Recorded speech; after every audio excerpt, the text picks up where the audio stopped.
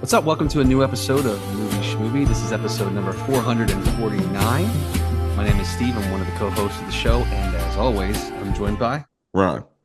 Hi, I'm Judy, and I'm taking away your kids because I have a pill problem. Or you have a pill problem. You're a Damn total it. Judy. You're a total Damn Judy. it. That was the total Judy move to get the wrong pronoun in there. You have a pill problem. That's the line as spoken by Chloe Feynman in Ronald's required viewing pick. Mm, mm, mm. Mm, mm, mm. What's new, guys? Anything new? Nothing new? Yes, What? they lied to us, Jerry. They told us that 70 millimeter was only going to be available for a couple weeks. They lied to us, Jerry. And what's happening is some of the smaller theaters that present in 70 millimeter are starting to get centers, which is really cool. AFI Silver Spring. I watched Hateful Eight a couple years ago there. They just announced it's only 3 days, but 3 days of centers at 70 millimeter. Ta-da! And what's really cool is no assigned seats. Oh, So cool. come as you go. Come as you go. Come Go as you as you please. come. Go as you come. First come, first serve. Maybe that's what I'm That looking works. for. Yeah.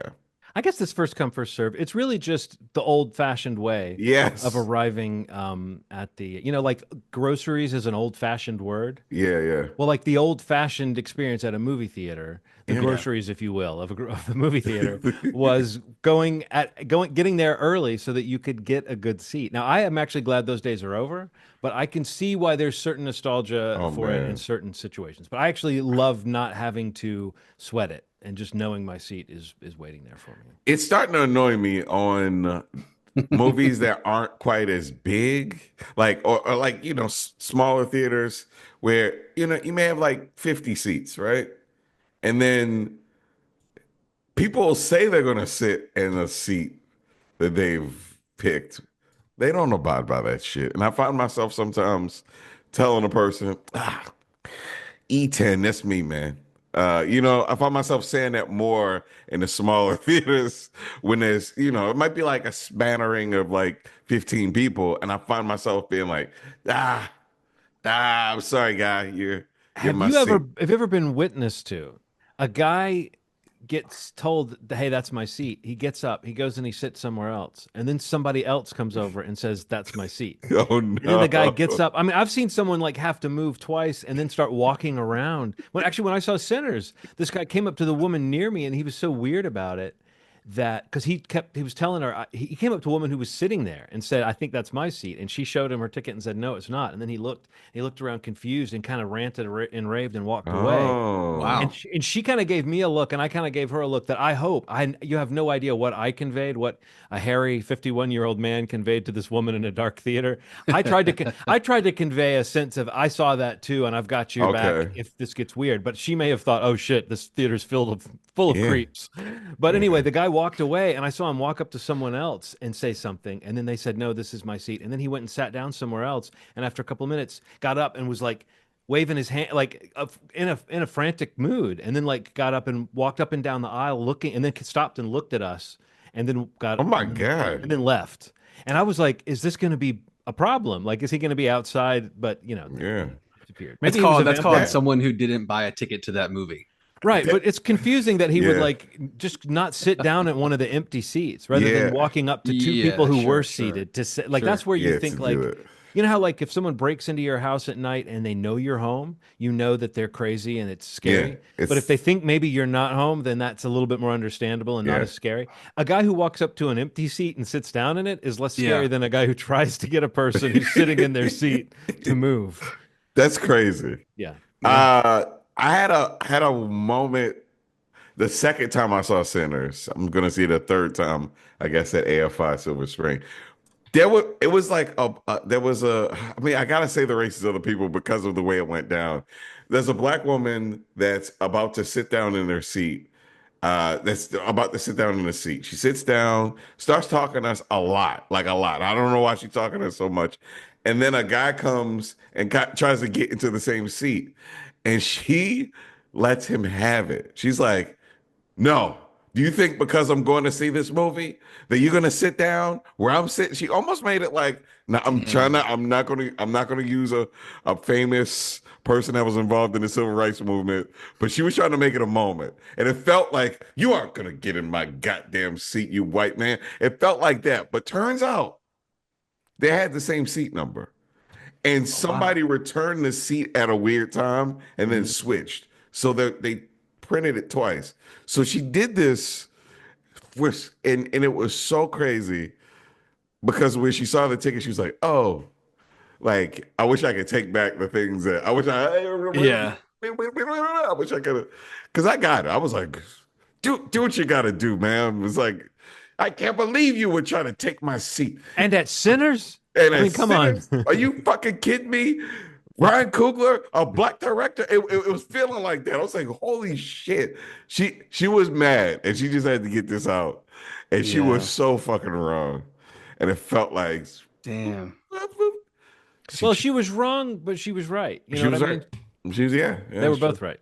Yeah, yeah. It's like, but also, could he were there empty seats he could have put I his don't ass want to down I in? don't want to call her a broken clock, but click clock. Isn't that only they're right twice a day? Yeah, Yeah. I sounds like she was more like someone who might be right, but was only wrong. Maybe she's like, did they ever say a working clock is wrong 2 times a day? I think it's wrong. Yeah. Every other but twice. Yeah, What is the total amount you can be on a yeah, clock? and And still it's be a that working minus clock. two. Yeah, right. Yeah, But no, that's a weird situation because that's a technical error. That's a yeah, situation where two people. But I do wonder, like, Yeah. were there open seats he could have sat in? yeah, Like, yeah, yeah. so, and I'm He asking you, where? moved. He Oh, he did. moved. Oh, He he did moved for move. sure. I mean, they realized how weird it was, and yeah, I think it was kind of my friend's fault, but that's neither here nor there. He may have been the one that returned the ticket and may have caused The whole mix up. The yeah, ripple in the matrix, the Tupaco, the debacle, the the Tupaco. the Tupac. tupacle. It's the wordplay today. Also known as. Yeah, Just because there's two seats, or are we bringing Tupac into this for some he's reason? bigger Tupac in it for no Uh, reason. okay. Yeah, I feel like he has to come into the conversation every couple episodes. It has been many episodes, I Been think, a while. since Tupac has been Been a a while. topic. A Yeah, Tupac and topic. Those are kind of right next to each other on your tongue. yeah. Summer of '69, you motherfuckers. Yeah, let's get into the required viewing. I didn't mean that. I don't know why No, I you're said it good. like that.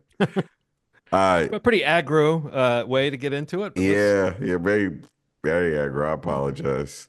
Jillian Bell, comedian, writer, first time director, did this movie Summer of '69, which stars Chloe Fineman, Sam Morlos, and I say Matt Cornett is a very big part of this movie as well.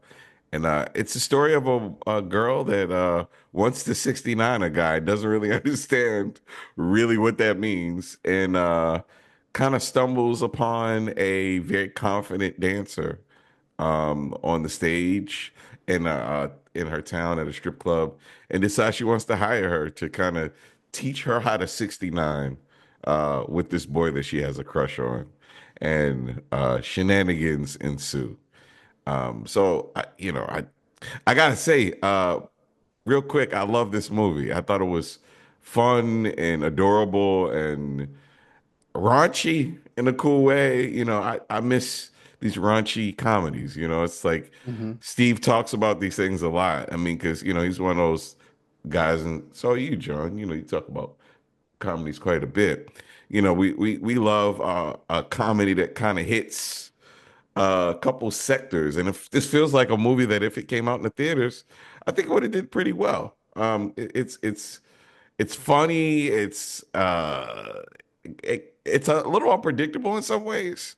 Some really funny appearances from some really famous people in the comedy world, Hmm. and overall, just it resolved itself in a really cool way. It just felt like a story about agency and figuring it all out as a teenager. So yeah, I really enjoyed it. What you Steven, guys think? Yeah, I thought it was. I liked it too. It does feel like kind of the type of kind of hard R or I don't even know. I don't even know like language maybe content like hard R is kind of a little loose for this, but uh, I guess it is rated R, right? I mean, I'm Yeah, because actually the penis references and there were like the dildos and I'm stuff. looking for like the actual rating of it on its page. I don't even see Oh, one, but It's a fairly hard R in terms of it's like just just like just verbal content subject alone. matter. Yeah, Yeah, yeah. yeah. But yeah, it's always good to see something like this. I mean, whether it's I'd love to see it in theaters more. Like I remember we talked recently or relatively recent about like the Jennifer Lawrence one that got the theatrical release. John and I went to the screening of that and like leaving that, it was like, wow, that was really fun to watch, like in Hmm. a theater, mm, and kind of like feel the crowd kind of uncomfortable at times, laughing at times, feeling the proper feelings at times.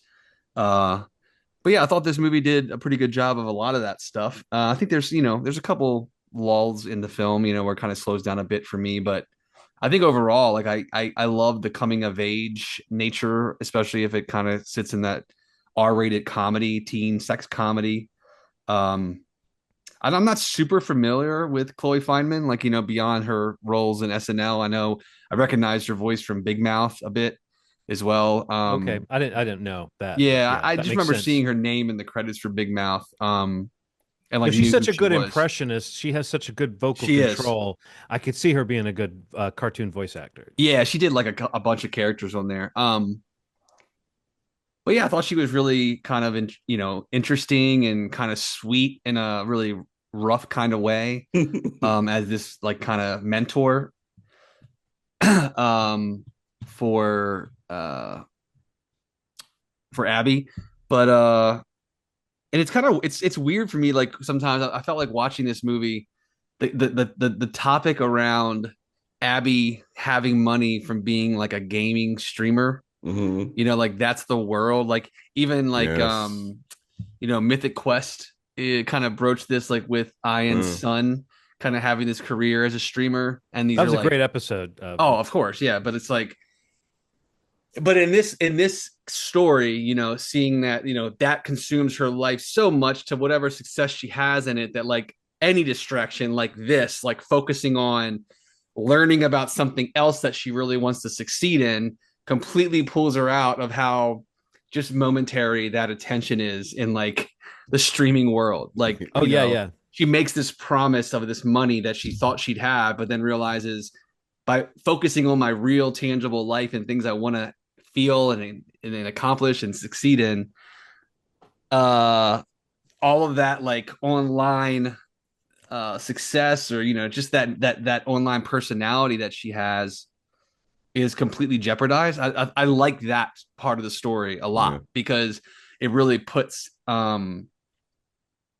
like her life into perspective for her, and even Santa Monica, where she is in her life, and the whole conversation around her reunion, and where she is in terms of a success or not. But I like these comedies that really kind of have a bit of heart to it, and they really did kind of form that friendship, that relationship throughout the film, and I kind of bought that for the most part.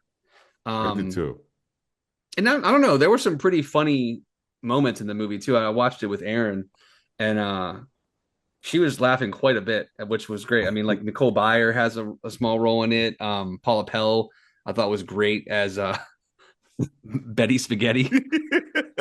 Uh, Charlie Yes. Day pops up a moment or two, but I was dying with Paula. Like I had to explain Yeah, who Paula that was Pell to is Aaron. yeah. Well, Oh, she's she, but She she remembered her when I brought it up. Like she was in AP Bio, and right. that's who Aaron knew her from. But she's so funny, I love man. her so much. Like all the little zingers that she had. Well, she's an interesting person who was kind of like a secret weapon as a Yeah, writer, and then like yeah. has shown up as a performer and has shown that she's willing to like go the extra Do mile whatever. for a Yeah, gag in a way that I think a lot of you wouldn't assume that person would. yeah. The Right, person who right. sort of was like, I don't know, and it's like she turns the what could be like old age jokes like in this movie anyway. She's older than the other strippers. She owns the Yes. club. She's from a previous generation. Right. They turn the jokes. It's like her energy takes what could be old age humor and turns it into more like she's a freak humor. And I think there are certain people who manage to play that, and Oh, Paula Pell is totally. one of those people who is great. Like she was a good. I don't know how if I know she's been on like Tina Fey related projects and stuff, and Yeah. she's one of those people who good to pop in for a line or something. It seems like, and that's like it's cool to see that she's taken on larger roles in recent years. Yeah, there's a little slight SNL thread in this between Paula Pell, who was a writer on SNL, Yeah. and Yeah. then you got Alex Moffat as DJ Don, Moffat. Yeah. and then you've got Chloe Fineman, obviously from the Yeah. current crew. So yeah, I don't know. There is something kind of charming about this movie. I think I would agree with you, Steve, in the sense I don't know if the lulls is the word I would necessarily use for it, but I think there's a general kind of lengthening of the plot. Like to me, Yeah. the whole moment where they sort of break up their friendship felt sort of obligatory, and I Yeah. could see that Right. coming. Sure. I That's was very much true. more interested in the sort of ways that I felt like they could have had a more gentle disagreement about what was most important. Or maybe even just when she finds out she doesn't already have the money. I mean, I think Yeah. it's a reasonable assumption, but I like that what you pointed out, Steve. I don't know if I'd even quite thought about that. How like Abby, she did have a reasonable reason to think she would make that much money in a short amount of time, but Yeah. not if she's then going to spend all like even a week off to hang out Yeah. with Santa Monica, which is again a funny name for the character. But Chloe Fineman's character, who's an exotic dancer that she sees and she's just blown away by it. And I mean, it takes some real heavy lifting to get over that kind of sweaty premise that she's going to pay her to teach Yes. her how to Yes. 69. But I think the movie is just heightened enough and just silly enough. And we Yeah. find out very quickly how inexperienced and ill-informed Abby is. And it's like it gets you over that hump of Yeah. Totally. of like going, okay, I don't know if this concept is weird, but I'm over it once you get into the chemistry, frankly, just between the two actresses. And I do think Chloe Fineman, you were kind of getting there, Steve. It's like she manages to be like raunchy and kind of sweet. Yeah. And I think we've seen this type of role before where someone takes like, I mean, it's not a million miles away from a Nora or something like that. It's just a very broadly comic version of that same Yeah. idea of like these are like it's a tough cookie who's in this Yeah. world, and yet the movie does its best not to talk down to the dancers. They Yeah. have a certain kind of moxie that again it's like in a comedy sense you're meant to see that like, oh, they care about each other, and even when Yeah. Abby comes into the fold they sort of care about her. And so I think I would have been fine with just they have separate goals. Abby wants to get with this boy, and Santa Monica wants to go into her reunion with her head held high. I think you Right. could have gotten mileage out of both those things without having the sort of blow up The that I rift. think I Yeah. think adds like 10 minutes to the movie or something, when it maybe should have been a 90 or under, like a leaner comedy, because it's got that energy and it does move pretty fast. But it Yeah. takes about 26 minutes. I timed it to to get the concept off the ground. Like it's at 26 minutes when she hires her to train her how to 69. And it just seems like you're a web savvy kid. Seems like you could watch a couple videos. You don't need someone to train you. But okay, we get over that. And it's fun to watch these characters bounce off of each other. Right. Yeah. Yeah, what was hard for me at first? Abby's really pretty, and it was really hard for me to understand. I know that like people who are awkward socially sometimes have like bad luck, but she's not that unattractive that she wouldn't have. She's like strikingly attractive, like really curly hair, really pretty face, Hmm. like good features. It's not like somebody would be like, "Ugh, ugh, Abby, yuck." It's like, what? Well, Come on. luckily they don't really go there though. Like Yes, yes, yes. Max It's more digs her. about, Max digs her from the start. I yeah, think I love that. I that's a love cool, that. very sweet element. And in fact, he Yeah, turned out to be like the opposite of a toxic douche, which is what you Yeah. thought he yeah. might be. I just Yeah. thought that was, and I love that the stories about him are just not what she thinks they mean. I don't know. I liked that. I think high school, there's a lot of people that you hear one thing about and you think that defines them, and then you find out, no, that might not even be true. Yeah. I like her rethinking the memories of the girl and realizing, what she realized about her. Yeah. That's just a really cool little element to add that, it kind of separates it from other stuff in a way. But Okay, yeah, okay. I will say one thing. I feel like Charlie Day was like a different comic energy than anyone else in the movie, he and was, and I it loved it. felt a. But I see, to me, that felt a little like it was so heightened. He was I a little loved much it. for me. He was a little much for me. He But he was. called them bitches several Well, he's definitely times. playing like the obvious villain from like an 80s movie or something Yeah, like that. Right yeah. down to the fact that they're trying to save the club. You know, like it's that. Yes. So it's like he kind of didn't quite mesh with the movie for me, but I did appreciate that that's who they brought in to play that kind of role. The sort of obvious villain who's there to get kicked in the nuts and This movie could have been a PG-13. And then he came on the screen, he's like talking about pussies and bitches. He called them bitches so many times. You bitches better. Well, I gotta say, even though I thought his character was a bit much for me, I did like that when he's getting thrown out. Of course, that guy has to be like, "Hey, watch the suit." He's got to. Yeah. Oh wait, Very I 80s. forgot this. I should have. Hold on. I can't believe I forgot. There you go. Oh yeah, I love this relationship too, man. Well, that was another funny little running gag that I just feel Like, like how do you eat? yeah. But the fact that that guy like takes money from people like Yeah, is or Yeah, just from her, I wasn't quite yeah, clear on that. But I like the yeah, idea that he's like an amateur therapist. yeah, Um, yeah. yeah. Here was my other option for a picture. Let's see if I've got this. There you go. Yeah, Yeah, that was fun. that doesn't quite work. This one's better. But no, I think that like you kind of nailed it with all the different things, both of you, about like there's the coming of age piece, there's Sure. the raunchy sex comedy piece, there's the sort of sex positive in a sense Yeah, sort of Yeah. movie. There's the I mean, I know that there's a lot about getting with this guy in this, but I think this is a movie that kind of if you're worried about a movie passing the Bechdel test in the sense of its spirit, I think this is a movie that's about these two women, or a girl and a woman, relating, or two women, because she can get into the club. She's 18. These two women relating to each other about stuff that's sort of mature, like that whole idea of the agency. You mentioned that it's a tricky subject maybe for even an adult to even think about, to Yeah. think back about yourself and your own coming of age and your own agency. And this movie does attach a lot of like significance to that idea of when you become active and with whom and what speed you move at and all that kind of stuff. And I think the movie threads that needle reasonably well, of seeming like it's got a nuanced concept of what an 18-year-old could and should be doing. Yeah. Yeah, for sure. And the fact that we are following one who is like what she thinks a rim job is and stuff like that. That's a little silly, but I also thought that was really funny, and it's good character comedy to have Chloe Fineman's character bouncing off of that, because she's so.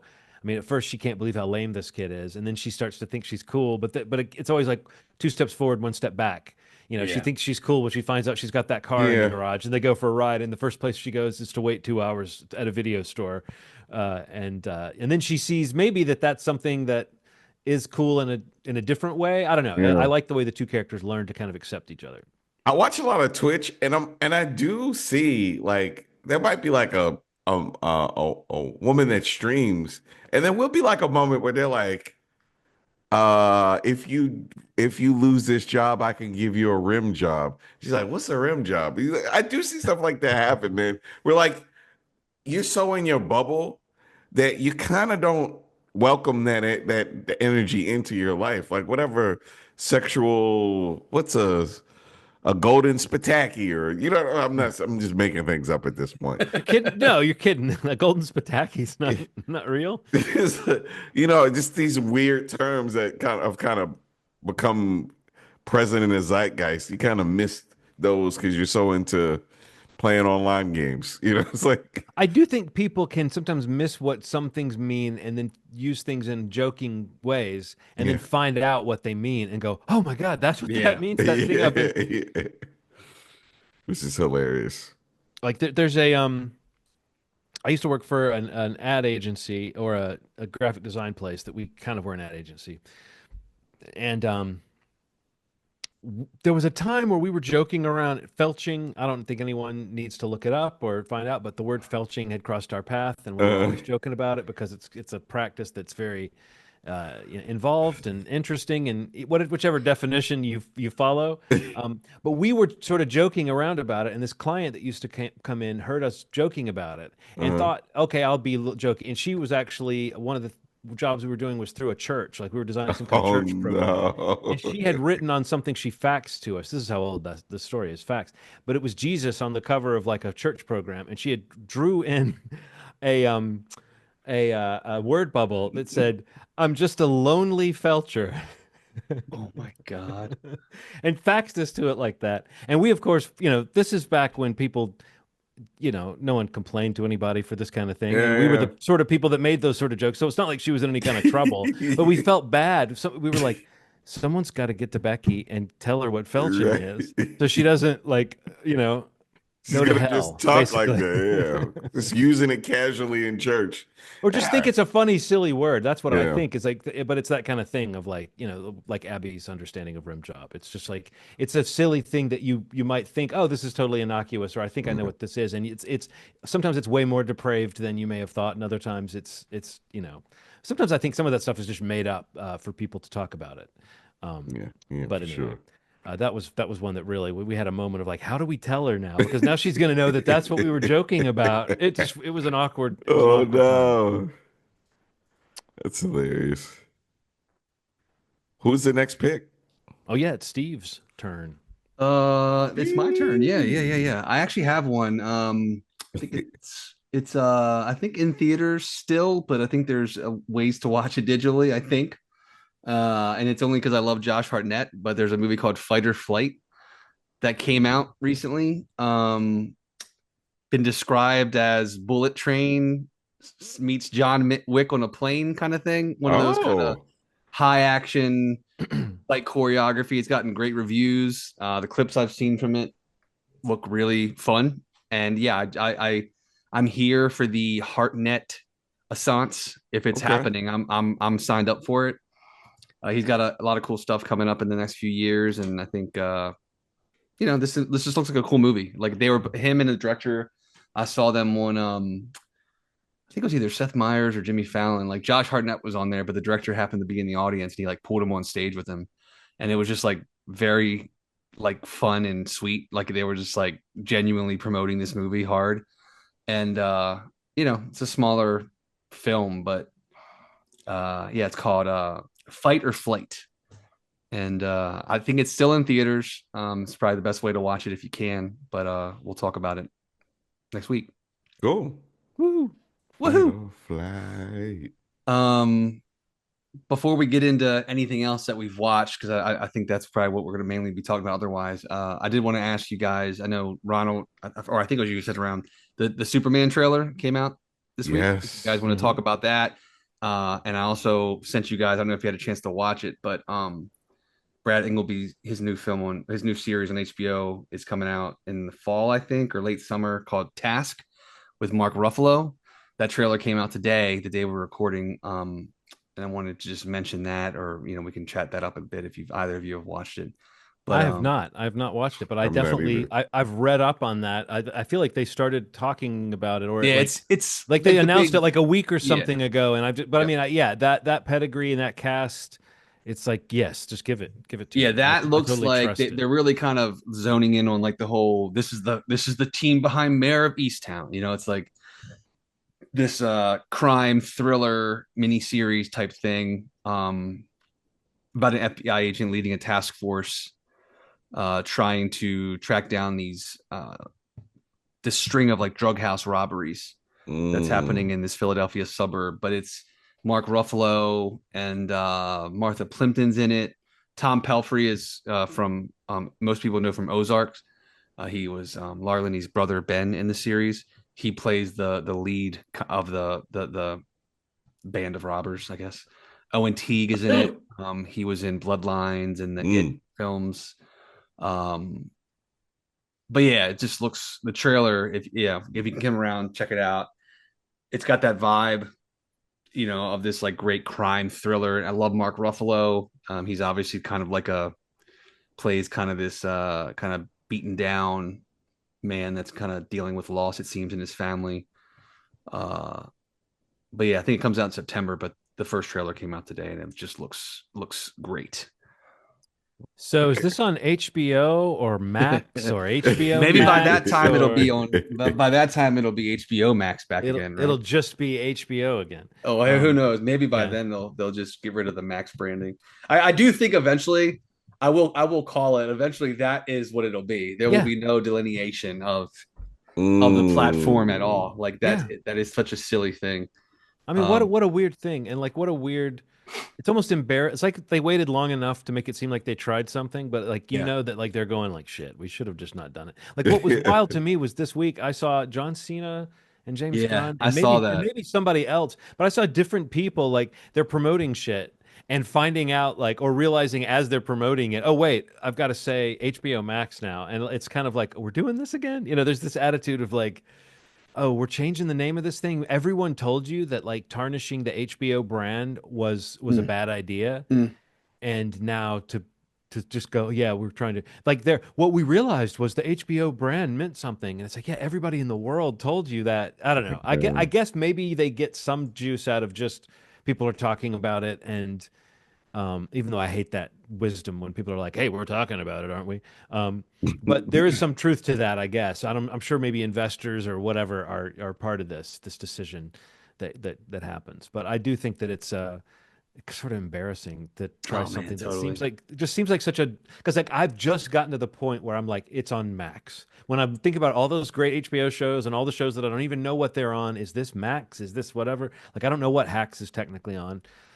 Hacks is on the same app that I go to watch The Rehearsal and the Righteous Gemstones and so forth. So I think HBO maybe because now they've got a couple of good flagship shows running again.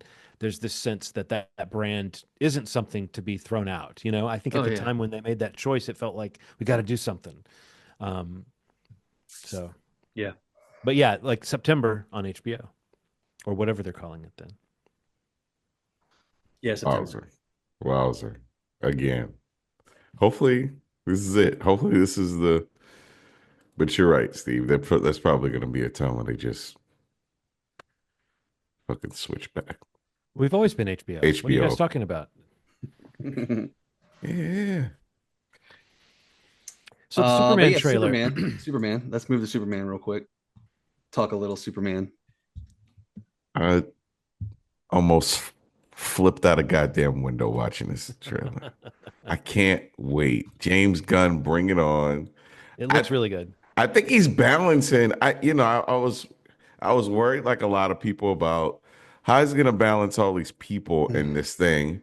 And I think that we're plopped down in the middle of a man that's established on some levels, established on some not established on other levels. I think to get a slice of life that's kind of in the middle of a person established a little more feels different than anything we've ever seen for a first movie of a person.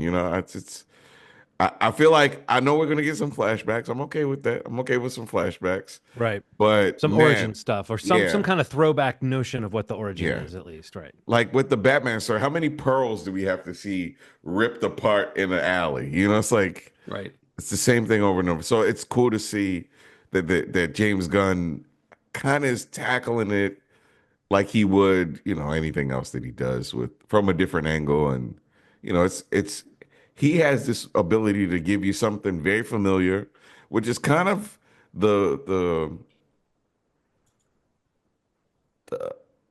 boldness of the way that Superman felt when you'd watch the Christopher Reeves one. He just felt special. You'd see him on screen, just him being in a space. It's like how you knew it was silly, and I think that's what made him cool. It's like the Emperor's new clothes. I mean, that sounds weird, but there's something really No, weird no, no. about a You're person that's just right. like, It's like people who get too caught up in the notion of like, how does he fool people just by putting glasses on? And it's like the magic was as much. I mean, the comics obviously existed long before, but the yeah, way that Christopher Reeve performed that character and yeah, his posture and his mannerisms as Clark, and then the way he played Superman, it was like I don't know. It's one of those little movie magic things that like an yeah, actor can do, and I think that that works. And Yeah. I'm not saying this is that, but I'm saying I feel like this is paying homage to. It doesn't feel like it's doing the Superman Returns thing of like trying to remind you 100% of Christopher Reeve. But I Right. do think that there's a taste of that feel, just that voice. I even think that like I look at Rachel Brosnahan and like she's such fantastic Lois Lane casting, and part of it Yeah. is because she reminds you of Margot Kidder Yeah. in the original one without seeming like they tried to create that character again. Like Yeah. we know she has her own like whip smart. She can deliver dialogue. We've seen her do this stuff. Yeah. Yeah. And the wordplay, the kind of almost screwball back and forth you get a sense of between her and Clark in the trailer, her or Superman or whatever. It's like it's got that energy, and I don't know. I think that it feels like what you said. There's going to be a different angle, and there's going to be a James Gunniness to it. But also, I think the guy did his homework and gave some serious thought to like what Superman is and Yeah. what those pieces are. Part of it is that the mom saying, "I cleaned your boots. I can get them for you." I mean, Mm. that's perfect Superman stuff, you know. Yeah. Him saying, "Hey, buddy, look up here." Like we forget that like he's not quite Peter Parker, but Superman is like he taunts the bad guys. He's Yeah. not like a stiff guy. Mm. He's got a sense of humor to him, and he does. The other thing is, I've seen people complain that Superman looks like he takes a lot of shit and gets beaten up a lot in this movie. And I want to stress to those people, the point of Superman is not that he doesn't get the shit beat out of him. The point is that he gets back up because you can't kill him.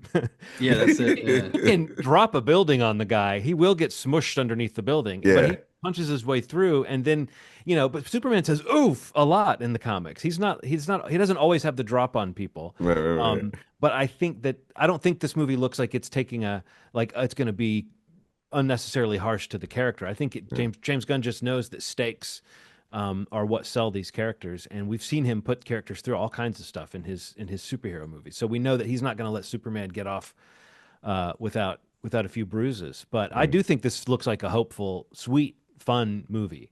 Yeah.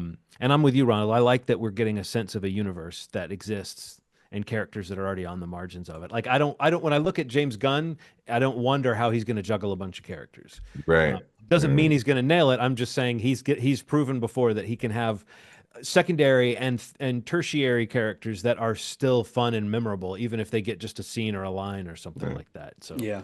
so I have complete confidence that this will be entertaining. So Are we gonna see the new Batman in this, you think?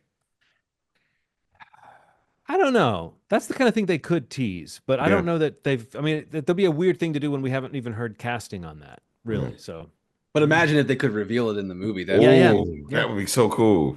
I mean, there's already been some crappy stuff that leaked up from the movie that probably shouldn't have, and that they really were trying to save.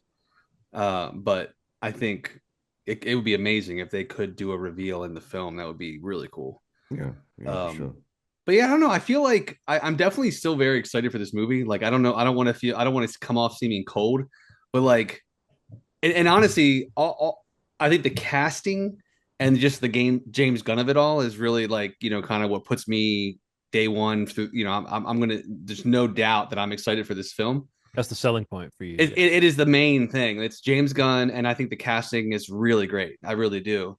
Um, I'm really happy to see David Cornswood have like a chance at something big like this. I've liked him for quite a bit.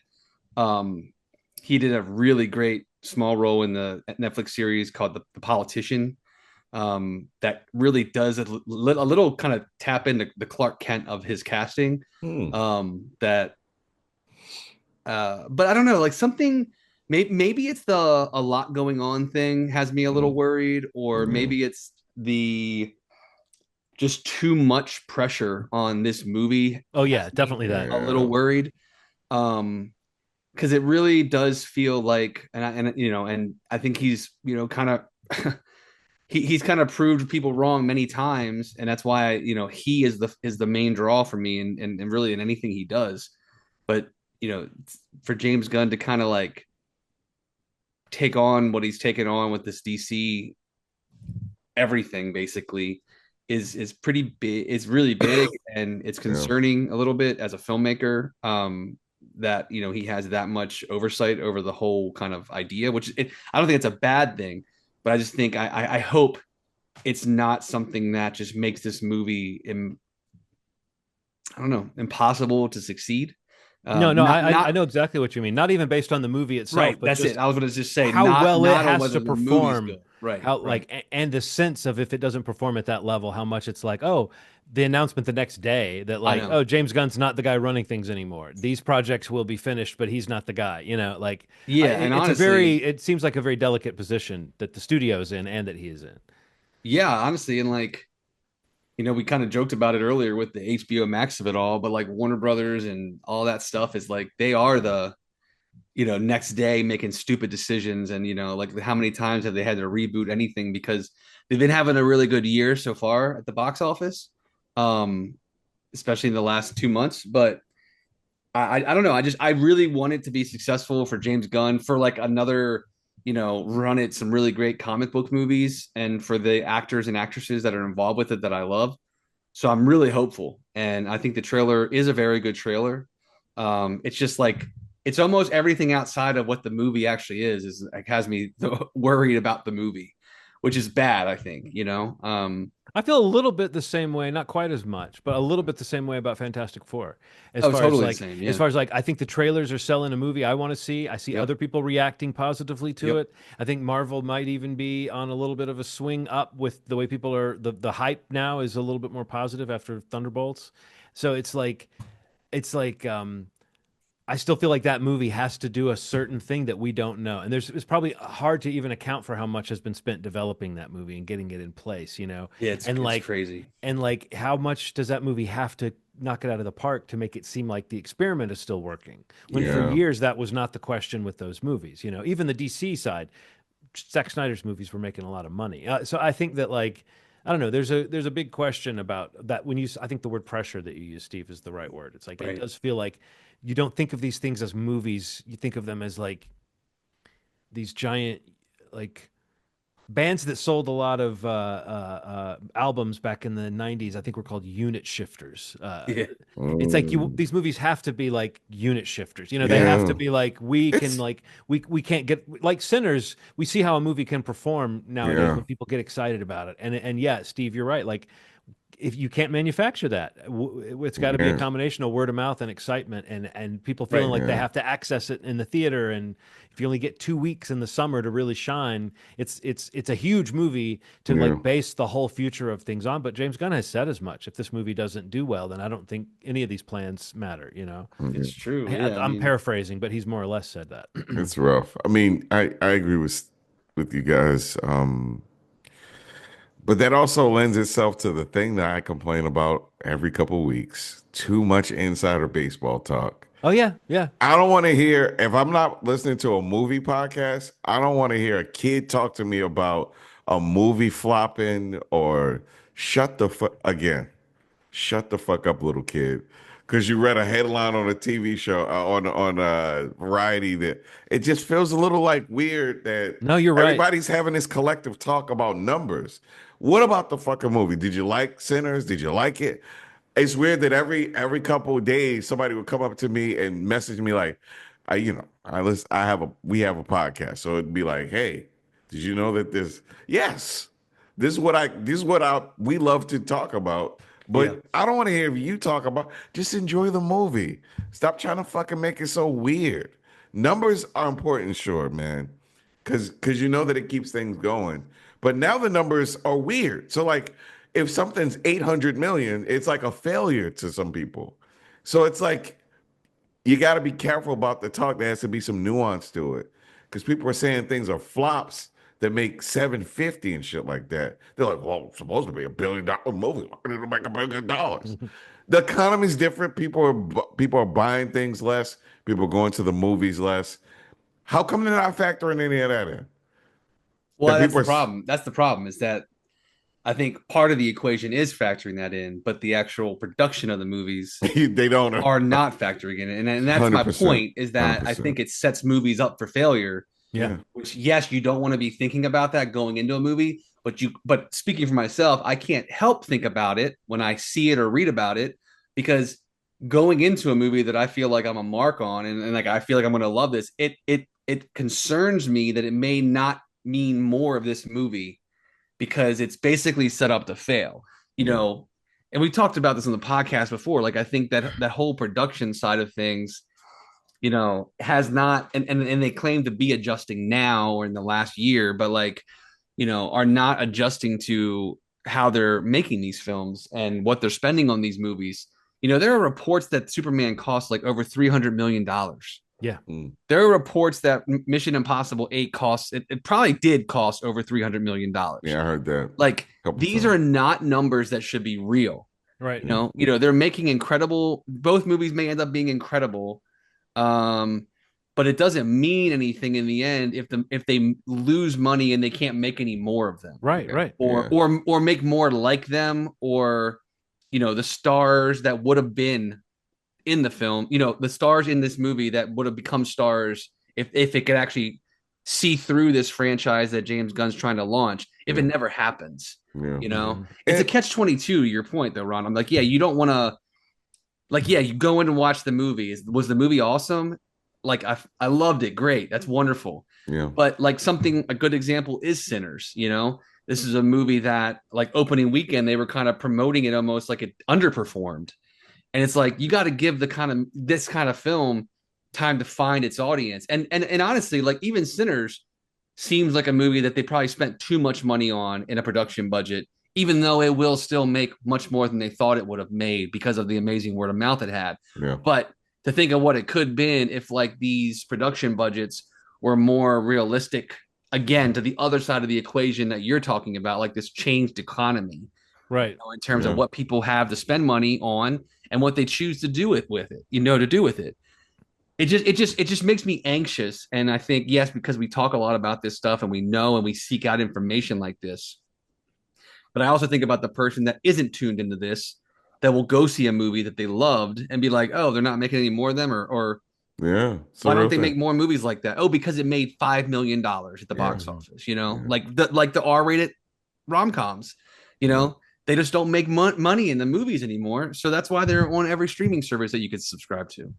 Makes But me wonder when that whole argument, and then you hear about, look, I don't know who they robbed, who they bribed to lie about it.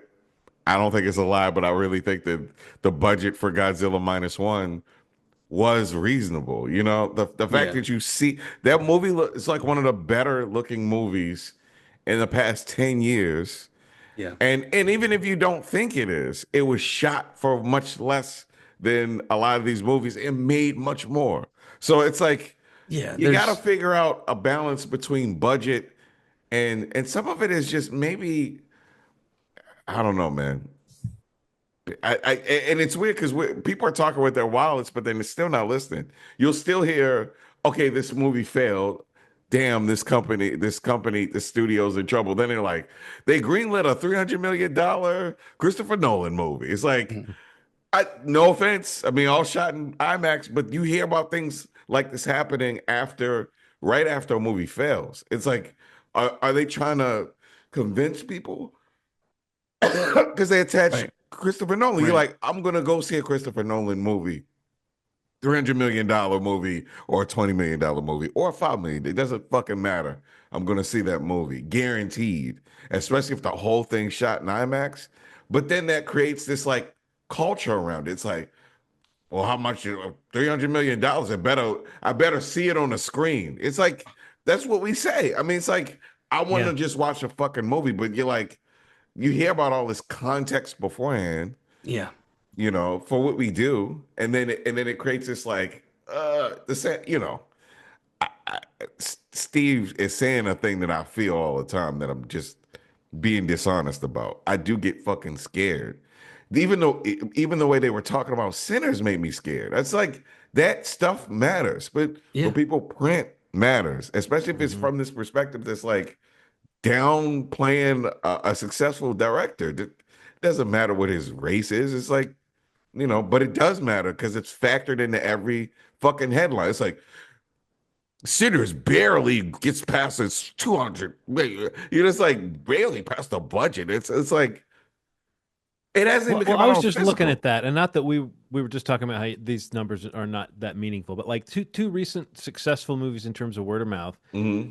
Sinners on let's say 90 to 100 million. This is what Wikipedia is saying. hmm, Okay. Budget has made 292 million. Thunderbolts on 180 million budget, which came out a week later, has Yeah. made 280 million. So for a Marvel movie, not blowing the doors off, Yeah. but for a recent movie released in theaters, not bad. And Yeah. also 180 million, that's a lot of money, but for a Marvel movie, that's half of what they spent on Quantumania or whatever that Yeah. like was not successful in the terms of that they need it to be.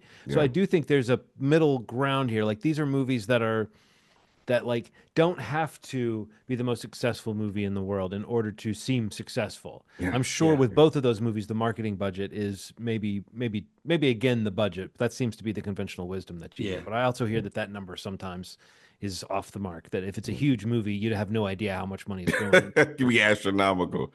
And then the theaters have a cut too. So it's like you think about how much actually has to be made for that profit. And so yeah, a $300 million Christopher Nolan movie it sounds like a choice that Seth Rogen's character on the studio would definitely make. But it also sounds like the kind of thing that could make you sink or swim as a medium-sized studio because you are counting on that movie, like whatever the Sure. cultural capital is that Christopher Nolan or someone like that brings, like the Yeah. integrity signing aspect of having a guy like that, then is offset by, well, then he has even said Yeah. he's not going to make a small movie at this point. Like he feels that he can get giant movies made, and like the pressure is on him Sure. to make movies that rise to that occasion. So I don't even know if he could make a $50 million Hey, movie, hey, or if Mr. he would ever Nolan, want to. Yeah. get your head out your ass, man. Make a $10 million movie. Well, I mean, it would be cool to see, but I guess what I'm saying is I also understand the notion of, okay, if I'm a guy that can get something shot on IMAX and spend all this money and do all this crazy stuff, I want to do it. But it is at a certain point, what you're saying, Ronald, it is this lurking idea of like, what are we really doing here, though, if you're like risking the whole studio Yeah. on a project, with the idea that like a guy like that who's like he theatrical is what he's going for. And again, Yeah. we love it. We love a Christopher Nolan who wants to bring you into the theater and give you some experience you can't have otherwise. Yeah. So it's so many competing thoughts. But when you hear about that much money being spent on a movie, and like the biggest one recently that blew my mind was the 320 million on Electric State, the Russo Yeah. brothers movie for Netflix. The fact that you hear like David Lynch dies, and one of the stories that comes out is he was trying to get a project going at Netflix that he wanted like a few million for, and they couldn't open the checkbook for him. But they've given the Russo brothers 320 to do Electric State, which is a movie that a week after it came out didn't exist for most viewers. Like people Yeah. don't talk about that movie. I don't think it's hated, but it definitely has kind of gone down a memory hole. And that's not what you want when you spend that kind of money on a movie. Yeah. I really loved Indiana Jones and the Dial of Destiny, but they spent $350 million on Yeah. that movie. That should have been $150 million movie or something. It would have been Yeah. successful at that rate. Even Solo, a famous failure, was another one that they shot twice. So Yeah. it's like these are not bad movies necessarily. It's the fact that that they don't seem to realize that they can't just keep that. It's what you were saying, Ronald. They just can't keep acting like they can print money on these things, and that it's not a system. That there's a certain amount of like the stars have to align to get the Yeah. audiences out. And then you see something like Sinners, and even though that was heavily marketed, that's a movie that has a real organic swell of people Yeah. behind it, and it's a huge hit because of how good it is, or because Yeah. people walk out saying you got to see this. Yeah. It's not because of all these other factors. So 100%. 100%. Like if and I just want to get back to just enjoying movies without all that weird context to it. right.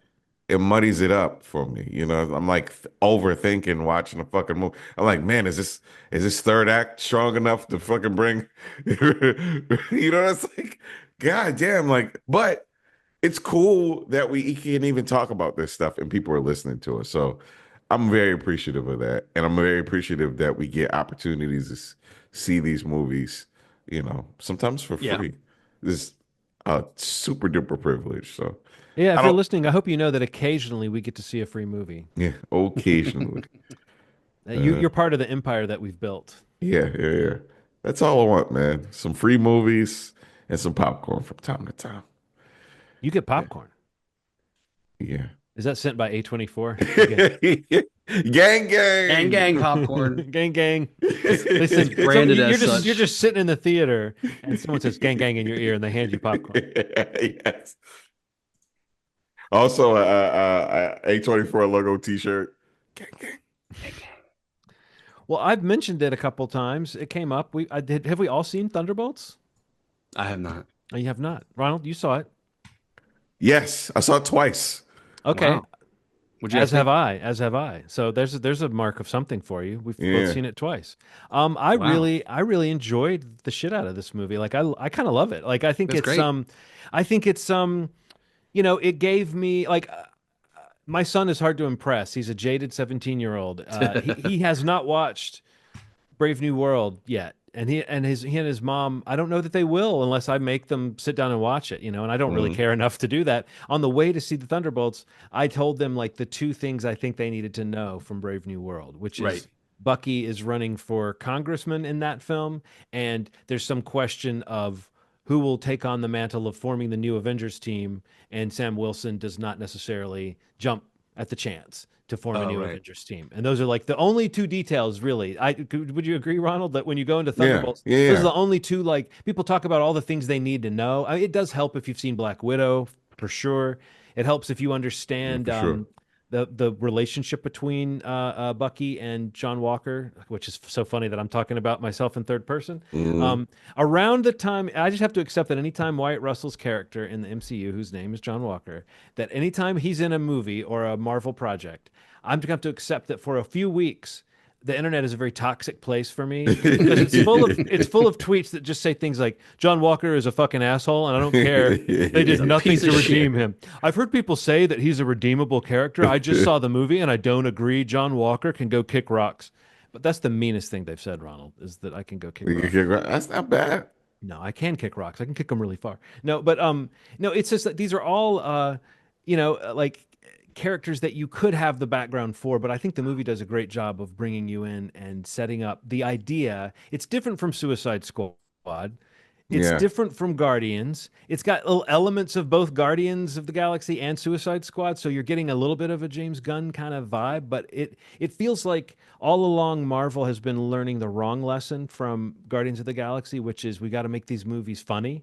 Mhm. Hmm. And this is like one of the first ones that feels like it's learning the right lesson from Guardians of the Galaxy, which is that James Gunn puts messy humanity on display and lets Yeah. damaged characters like bounce off of each other and be there for each other. And I think that's what is special about Thunderbolts Yeah. is my son, who could say any number of things, walked out and said, "Oh, that movie had such great awareness of like mental illness and depression and stuff." And I was like, "Oh, wow." Yeah. I was agreeing with that, but I was really impressed to hear that even to him, he was impressed at how the movie dealt with those elements. And I think that like it was like the first time in a while that we've seen one of these movies, and all three of us, he and his mom and I, were just talking about the characters and the way they react and what would this person do about this. And it's that old Marvel feeling, but it's also not quite the old Marvel feeling because this is different.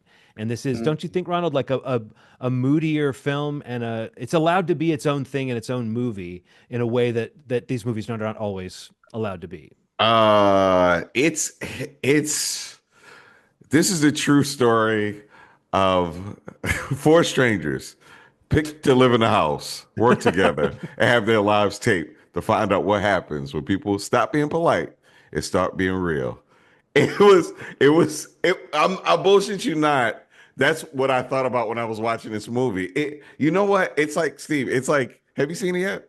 No, I have not. He should Okay, not. think about it like this. If a group of misfits really were misfits, and if they really doubted being in a group together, this is Hmm. what that movie would be. And I'm not talking about like they tell you they're misfits. They're like really in shitty situations that they really show in a cool way. And I thought at first when they were tackling all this stuff that it would be corny because I'd heard people say like they tackle mental health in a very shallow. No, no, it's done in a way that I think is a little more subtle than they're giving it credit for. Wow. Because Yeah. when you're trying to accomplish a task that doesn't work out, it's not like you're like, I'm a terrible person. It's like, oh, I'm not that good at this. I'm ugly and stupid and fat. And it just keeps there's like this element of that way. It's like the depression becomes heavier and heavier as the movie Hmm. goes on. The Hmm. Yeah. doubt becomes bigger and bigger and bigger. And you know, it's like a real I mean, I guess, and that's why I don't like elevator pitches anymore. Like it feels like it misses the nuance of some of the stuff. It really is a superhero movie like Suicide Squad, sure, but it really has a lot of like nuance to really doubting yourself. It's the shittiest, meanest version of the Wizard of Oz that I've ever seen in my life, in a cool way. With the way character that's a fun comparison because characters really do sort of discover what their missing pieces as Yeah, they yeah. go along. And I like how like Yelena is she's Oh fucked up over what man, she's done, and Florence Pugh is she's like doing I something in heard this. someone say she's the biggest star in the MCU right now, and I was like, Hey, that might be a little premature, but I know why someone would say that. yeah, She's that kind of actor who can make a movie just to completely pop. yeah. And this feels like something that like, okay, they need to do what they can to secure her for a few more movies or They something have because to, she's man. got that energy. She's got that like that vibe. She can carry a film. David Harbour is so funny and so good, and like they found a way to a character that's like a one-liner machine, but there's such pathos Yeah, connected to his one-liners. His humor comes from like he really is a character who's in a lot of pain, yeah, and but he hides it by yeah, being like the big guy, but his dream of like being a hero feels so sincere that yeah. you Hmm. buy into it. Um, and they have a great kind of father-daughter scene too at one moment that is the one that we were talking about, and really like almost every line from it is just beautifully written, but it makes Yeah, you feel like there's something soulful about it. It's not yeah, like you for said, sure. Ronald. It's not the kind of off the rack version of, oh, these characters are fucked up or these characters are edgy. And even John Walker, the way he comes in, he's like he's not like we know that he's beaten down because we see him alone at some points doom scrolling looking at terrible Yeah, headlines about yeah, himself. for sure. But when he comes into the situation, Ronald, didn't you love that Wyatt Russell played him not like he's saying, yeah, I know everyone hates me, but Yeah, he comes in like I was fucking Captain America. What were yeah, you? yeah. I You know what I love mean? that. Like his attitude is like, why don't people Yeah, love me? Not like, oh, I suck. And I think that's a funny vibe because there's moments where through the cracks you see how yeah, wounded he is, but that character doesn't do anything to make you want to warm up to him at all. The only thing you notice is he does sort of get into saving people, and yeah, when he needs to be there for this team, there's this like development in the sense of like does he play well with others? And there's something poignant about watching a guy like that like overcome his own nature to be yeah, like part of something. And I think yeah, that like every character has their own little Ghost is a little bit less developed than those other ones I just mentioned. yeah, And we won't talk about Taskmaster, yeah, but like the main three on the team yeah, are characters that feel like the actors are having a lot of fun and they're reasonably fleshed out characters. yeah. Oh, and I didn't really I talk about Bob. I guess he's really kind of the second main character in this, and he's fantastic. Yeah, I'm so glad you said that, John, because there's a big elephant in the room that I Hmm. have to address. I can't help but wonder Yeah. what this character would have been like if Stephen Yeun was Sentry. I can't help it. But Can I tell you? Can I tell you? I've pictured it, and I don't think he would. I don't think he would have been as good I was as gonna Lewis say Pullman something. is I in was gonna this. say Oh, okay. if you're doubting it, Bob has a take. I mean, and part of me thinks that maybe Stephen Yeun's take might have been a little different Right. He would have in almost his had to have been a space. more sarcastic kind Yeah, of knowing guy. I don't think Stephen Yeun could have played Deer in Headlights. yeah, That's yeah, that's the only reason I said that is I think Bob, the way that he's such a blank slate as a yeah. character, Lewis Pullman really pulled something off, no He pun did. intended. But I think Stephen Yeun would have. It's almost like I would have been thinking about Invincible the whole time, and I hate to say that because I love Stephen Yeah, Yeun, and I yeah, don't think I would have if he had been in it. I don't think I would have had any complaints. I think he would have been great. But it's hard for me to wish for anything different from this kind of innocence that Lewis yeah, Pullman was able to play. And I just don't know that Stephen Yeun. He's again, I know him. He seems really smart, and I don't know that I've ever seen him play that kind of innocence yeah. that Bob has in this. Yeah. But it's a great character, isn't Great it? Like character. Great character, man. And almost doesn't feel and maybe that's what makes this one feel weird because Sentry isn't a very I mean, I've never seen Sentry on TV. I may have I seen don't him think in Sentry's actually that good of a character, but I think he's no, brilliant for the no, movies. It's the no. case of them taking something from the comics that is okay and making it into a really cool movie element. Even the Yes. way they visualized him is just really simple and really great. Yeah, and I think that's what's going to be different about this one too. Like I think people are used to a basket of maybe 15 characters that they know. This is really trying to introduce somebody you've never seen on screen in that way. You may have heard of them, but never on screen. And it's just, it does it in a cool way. It makes you feel like this is the first movie that I've watched in the MCU where I felt like, oh, I don't know everybody in this circle. You know, this is Yeah. expanding it. And this is, I think this is their way in to make this whole next phase work. I think the key is unpredictability, offbeat kind of movies, and kind of hitting you from an angle that you aren't really used to. I wasn't expecting them to tackle fucking mental health in this movie. It's like it's a cool angle. It's an angle that I haven't seen done in this way. I'm thinking, especially as the next couple movies come out, I'm wondering if that's what's going to be kind of the pull now. It's like these genre movies that happen to be in this universe that'll eventually become connected, which is what I've been kind of waiting for.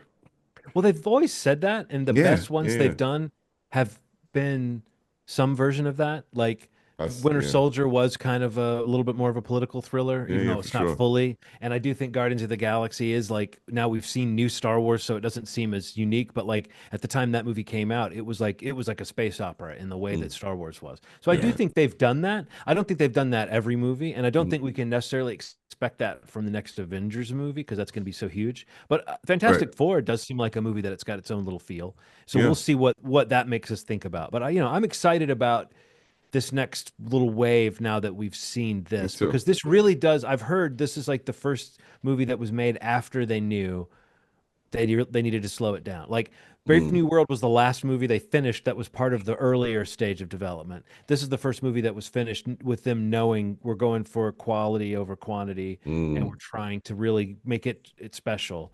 And I think you can tell. I mean, I know I've heard that, and so it's kind of what you were saying, Ronald. So much inside baseball. It's inside baseball. Baseball. That's what I was trying to say. Baseball. But inside baseball, where it's like, okay, maybe I know It's the too much about the ball. studio's woes, but I think you can feel a palpable difference in this, in the feel, the storytelling, the confidence, the whatever, going from Brave New World into Thunderbolts. It just has the distinct sense of being a little bit more of a movie. And I think Jake Schreier, if I'm saying that right, the director, Yeah. the rumors that he might be getting tapped to take on the X-Men for Marvel, to me feels like the right kind of ascension because if anything the X-Men are totally about like nailing that emotional part of the Oh characters and yeah, the yeah, tortured part of the characters, and I feel like this shows that he can handle that. for sure. But I would also love to see Thunderbolts too, frankly. Like this is one of those things where it's like the Guardians. I want these characters to exist. I know they're going to be part of Avengers. I hope they're not cannon fodder in the next Avengers movie. I hope they Right. don't think of them as second string team that we can wipe out to show how cool Doctor Doom Yeah. is or something like that. Doctor Who just starts tearing them apart like pieces of Yeah, paper I and don't want to see that. I zapping don't think they'll people. do that. I don't think they spend a whole movie showing us how they deal with their trauma Right, only right, to make them into a joke. But the Russos have kind of done that before with an Avengers movie. Like the right. Guardians that show up in the Infinity War and Endgame are not as soulful as the Guardians in their own movies. So Right, right, right. we'll just have to see. And Steve, yeah, I think you would dig it. I feel like we've maybe overhyped it, but I hope what Okay. you're getting from this is that like we enjoyed the shit out of this movie, and that makes Yeah. it feel really special in this vein. But I don't want you. I want you to kind of go in like thinking like this is a fun action movie, and then I think you'll be surprised. And I don't know how much you know about the plot, but the way the characters come together and the way they end up teaming up, I really liked all that stuff. I Me loved the too. plot mechanics of how they were brought together, and that Yeah. wasn't totally spoiled for me by the marketing. So even though certain things have been spoiled by the marketing since this movie came out, I guess we should mention that a little bit. The fact that they've spoiled the end of the movie in the marketing. And I know a lot of people say Oh it's not man. really that much of a spoiler. And I sort of agree, but in another way, the fun of wondering when they might reveal that is part of the fun of the movie. And so I Yeah. do feel like that dampens a little bit of the fun. Don't you think, Ronald, to know in advance? Yeah, for sure. I mean, especially if you see how they found out everything, it makes it that much more exciting. It's like Yeah. that's the unfortunate part about it. It's robbing people. Again, this is what spoilers are. For anybody listening, what spoilers do is rob people of the experience of enjoying it the way that you did.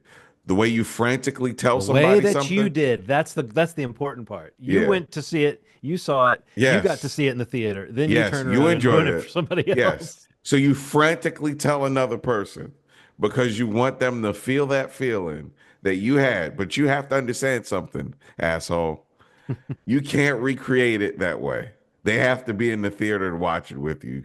You telling them isn't going to make them excited. So, But and if you don't know what we're talking about, I guess you're lucky. You don't know what we're talking about. But the yeah. name of the movie has been altered. I don't even know if it's really been altered or if it's just the poster because it still is listed under the original title. But It's something that's been funny. speculated about this movie since it got announced basically has been kind of ruined by the way they've approached the marketing. And I was shocked that the movie was only out like 3 days when they started doing that. So they are at some theaters because the first time I saw it, it had it as Thunderbolts. Yeah, it had a How do you spell that? I don't know, ZRG.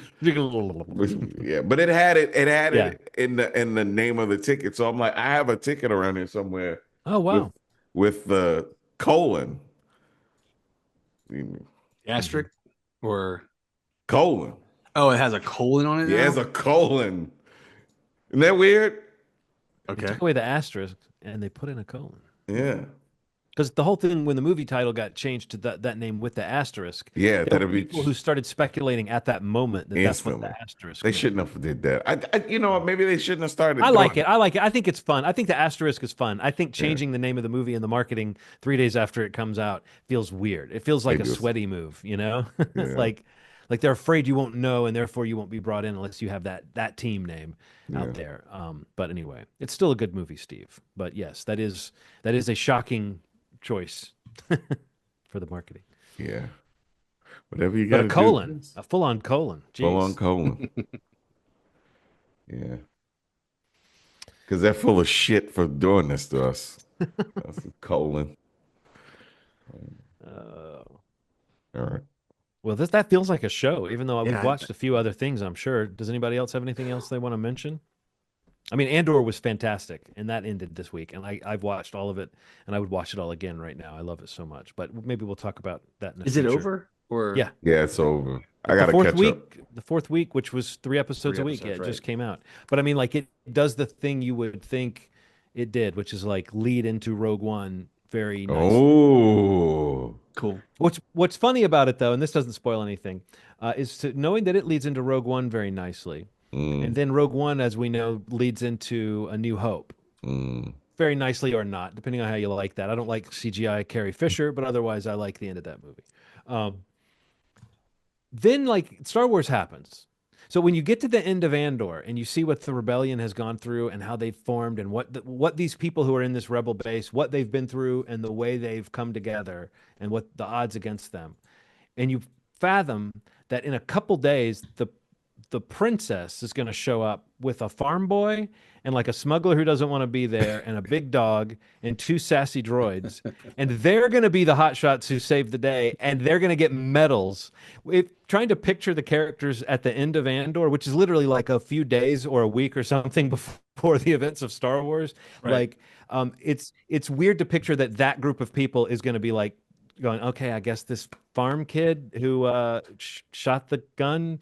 Like it's hard to picture. Like otherwise, it doesn't ruin the original trilogy. It sets it up. It's a funny thing to picture that the characters we've been loving all these years are these sort of characters who come in from the side and aren't part of the building of this rebellion and aren't part of the all the espionage. Again, I don't, the story of Andor is a fun thing to discover. So, but it all is leading up to that.